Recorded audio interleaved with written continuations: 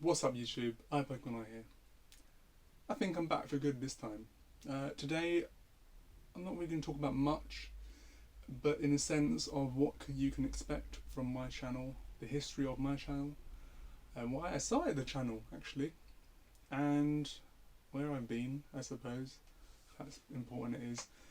And then so this video is to tell you what to expect from my channel, what you're probably going to be getting in the future. It's going to be good, insightful content. So let's start from the beginning. Who am I? I'm ipokem0ni, Suraj.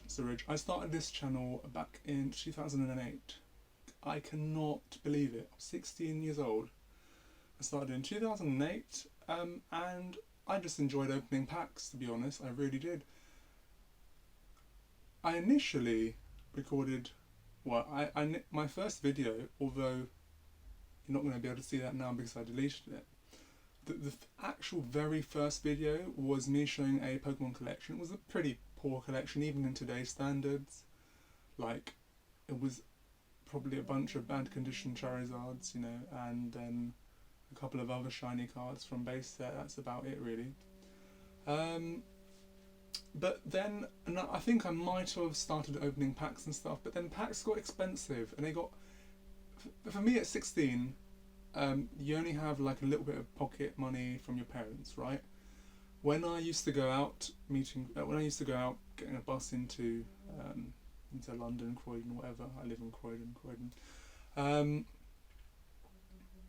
I'd get money for going to eat or buying things or whatever, and the money that I'd have left over, I mean, I wouldn't be spending all of it. A lot of it I'd just be keeping it aside, and even birthday money, again, keeping it aside, not buying like games and stuff, but keeping it aside and just buying packs. And I was like, you know what? Not at 16 years old. Let's just open up some packs on the camera. People want to see what you get. Quality back in those days was poor. Upload speeds were ridiculous. They were insane. It was so crazy, but quality was poor. Upload speed was insanely poor. I remember multiple times having to be up and keeping on, like, refreshing my computer or laptop, whatever I was uploading on, to make sure the video would be uploaded. It was quite quite funny, really, if you think about it now. But now, obviously, we live in a pretty advanced era where you can upload instantly, I suppose, right? On live streaming, I guess it's the same thing. You're recording something live and then uploading it. Anyway, that's just rambling on. So yeah, I recorded videos, pack openings, quite a lot actually, and I uploaded them onto YouTube. I was one of the first UK tubers on for Yu-Gi-Oh! And I do pride myself in that. Obviously, my video quality now is not going to be anywhere near the quality of videos, of current videos. I'm not going to be hardcore editing and stuff like that. I'm just going to talk. But again, talking is a very, people like listening to people's insights and views of the game, and it's very popular, And now, so many Pokemon YouTubers are recording content about investment, and I do see it occasionally with Yu-Gi-Oh, but I don't particularly agree with many of their views. But I guess I'm coming at it at a different approach, and I'm going to talk about that in the near future. So, still talking about me in this channel.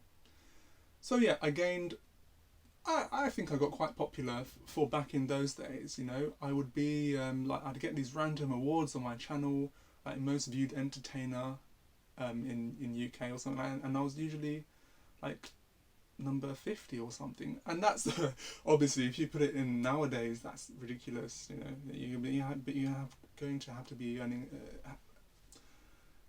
have to getting in the millions of views for that to happen. But yeah, that was all fun, and I was like, oh my god, people are actually watching me. And I got my first YouTube paycheck. It was like 100 quid or something, and I was like, this is pretty sick. I'm getting paid for YouTube videos. I was like, oh my gosh, imagine that. That was at 18, by the way. It took me to, obviously you can only really open up an AdSense account when you're 18, or PayPal and all that stuff. And I was like, wow, people are actually watching me. I'm getting money for it. This is quite amazing. I'm just going to keep on doing this. And I did it, and it snowballed into the sense where finally my first like massive purchase, the majority of it was from YouTube. A couple of it was again birthday money and stuff like that. So let's fast forward then to my first big collection. This was a collection I purchased maybe in 2013. It's XX Sabermetrics. XX was a big YouTuber, UK based YouTuber, but I think he was Canadian, that lived in Brighton, I think. And a couple times we'd meet and we'd go to this locals in London, and we were like two relatively big YouTubers in the UK, and it was nice that we were in the same room.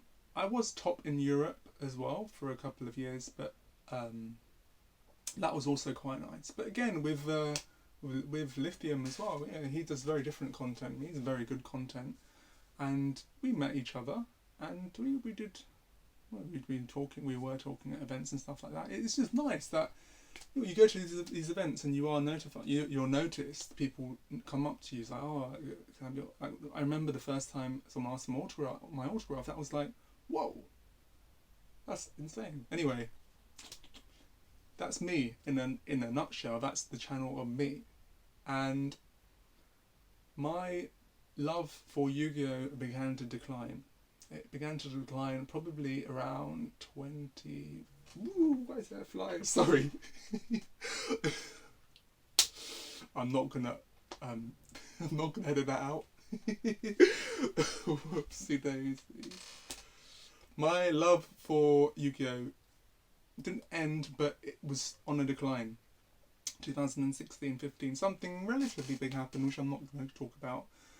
But I just disliked it. You could probably notice the energies of my video and stuff like that. The love of the game was going down, and I kind of wanted to slowly just ease out of making videos and stuff like that. So I did it. I eased out of it. And also I was, well, basically forced out of my family home. We were forced out of my family home. So I kind of made the decision, you know what, let's just roll with the punches. Let's just see what can happen. I managed to find a place to live in, which is where I'm currently in now. It's a really nice setup actually. Am I going to experiment with my setup? I don't know. I think this is actually quite good. You can see random binders here and then like random stock here. The binders there, a lot of them are empty. By the way, just letting you know if there's nothing special in them. I've looked. It's like excess from collections basically. Anyway, so I moved, and I've been managing. I can't even speak because I'm just happy to talk. I've been managing this lifestyle for over 2 years, buying and selling cards, which is surprising for me. I honestly didn't think that I could do this, pay rent, pay bills and stuff like that, have a comfortable life, and do this. And I kind of wished I was making videos in the meantime of this, but hey, life happens, it happens, right? So yeah, that is me. That's where I've been, who I am. Now, what to expect? I am going to... Okay, so yes, I am a pack opening channel. I get product early. I probably gained a lot of subscribers because I had early uploads, right? Nowadays, people get product like weeks or months before the release date, and obviously I've never done that. I think Millennium Pack box was one of them. That was such a weird investment. I might talk about that one day. It's such a weird investment. Yeah, Millennium Pack was a weird one though, because some guy had it early, like a couple weeks early before release, and he was just selling them.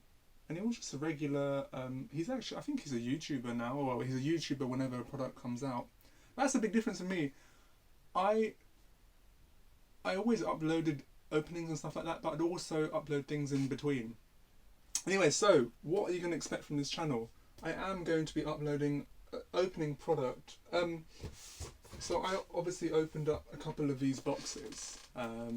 I kind of want to open these more, but I'm not too sure. But I will open up, as long as I buy the product on release, I will open up at least a box or so. There are other things I want to open as well, which are not relative to current sets. And also, obviously, whenever I buy collections, I got a really cool one here, which I haven't shown yet, that I will do soon. When I buy collections like this, I'll show that as well. Collection purchases are really popular. This was quite an expensive collection actually, but it was good. And I will also be talking about investments. Yeah, investments. What I think is good to invest in, dependent on how much you want to invest, sure.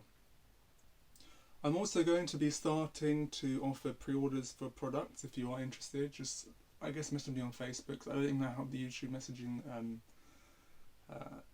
works, but this will only be available for UK based people because I don't particularly want to send internationally. And what else can we open it? So there's collections, openings, investments. We're going to talk about pricing as well. I'm not going to talk about the meta because I don't know it. I don't know it enough to talk about it, and I don't particularly want to talk about it. But I can talk about the money aspect of cards, you know, what I think is okay, product-wise to invest in. I know a while ago somebody, or a couple of people actually messaged me saying that because of my popular base on YouTube, when I was popular by the way, not now, I'm not popular now. When I was popular, they wanted me to hype a product, buy it out, and then give them a commission. I was like, I don't particularly want to do that. I'm not that kind of person. And that is one of the reasons I don't particularly want to do market watches either, because they don't help anyone. They really don't. I watch market watch videos all the time, and when they talk about a particular item, I'm obviously going to up the price of it, right? Because then people will just buy me out. Sometimes I do that, and sometimes, you know what, I list it for a particular price. If it sells, it sells. I don't really care. It depends on what the card is. And then I'll be talking about certain cards that might be expensive for no reason. But again, I don't know. I know my price increase videos were very popular, but there are so many channels doing that right now. I don't particularly want to do it. I understand Europe is a different card game from North America. I understand it. Prices are a little bit different now, a little bit different. They used to be very different previously, but only a tiny bit different because now, obviously, the main seller of European cards, Card Market, is the main platform is now available for North America, or for the world, I guess, right?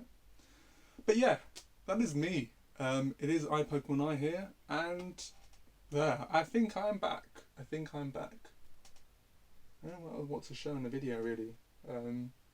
Hope you like my setup. It is pretty damn messy. These are all mats, by the way. I've got about 100 here.